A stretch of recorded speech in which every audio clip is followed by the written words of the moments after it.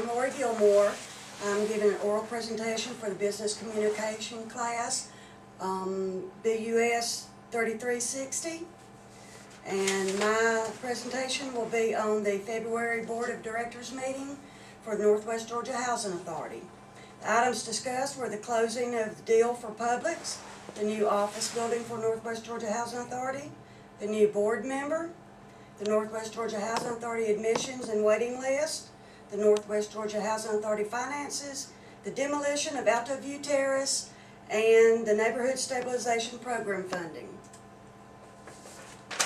The closing of the deal for Publix, according to Stuart Duggan, the Northwest Georgia Housing Authority attorney, stated that it's clear that Publix is ready to move forward.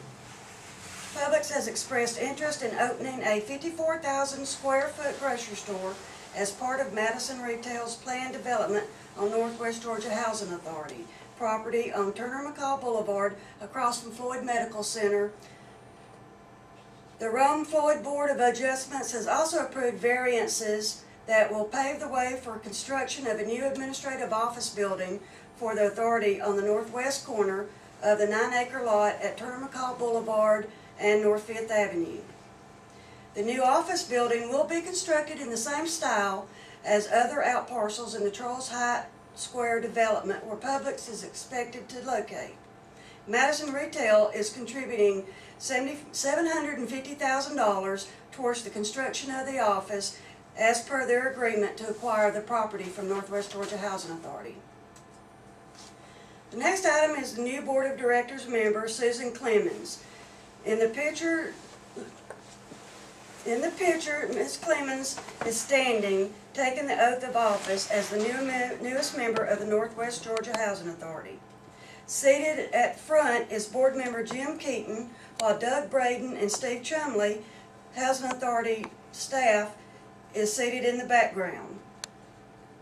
Ms. Clemens is welcomed as its newest member, replacing the resident Freddie Green as the resident member of the Northwest Georgia Housing Authority Board of Directors.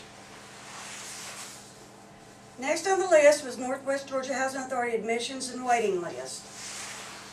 Ms. Hudson, Executive Director, reported that Northwest Georgia Housing Authority took in more than 240 applications for housing assistance in January, bringing the waiting list to more than 1,500. The Northwest Georgia Housing Authority finances reports that the hiring of Rector and Reader of Atlanta will do its audit for the coming year, and Finance Chief Officer Deborah Toothman reported Northwest Georgia Housing Authority turned a $184,000 profit in January. Ms. Toothman credited low utility costs in January for the positive financial report.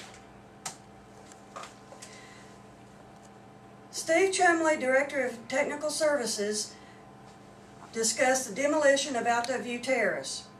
He stated that demolition of Alto View Terrace complex is not scheduled until 2013, but that may be moved up to sometime later this year. The complex is becoming a frequent target for vandalism, with people stealing plumbing fixtures and electrical wiring.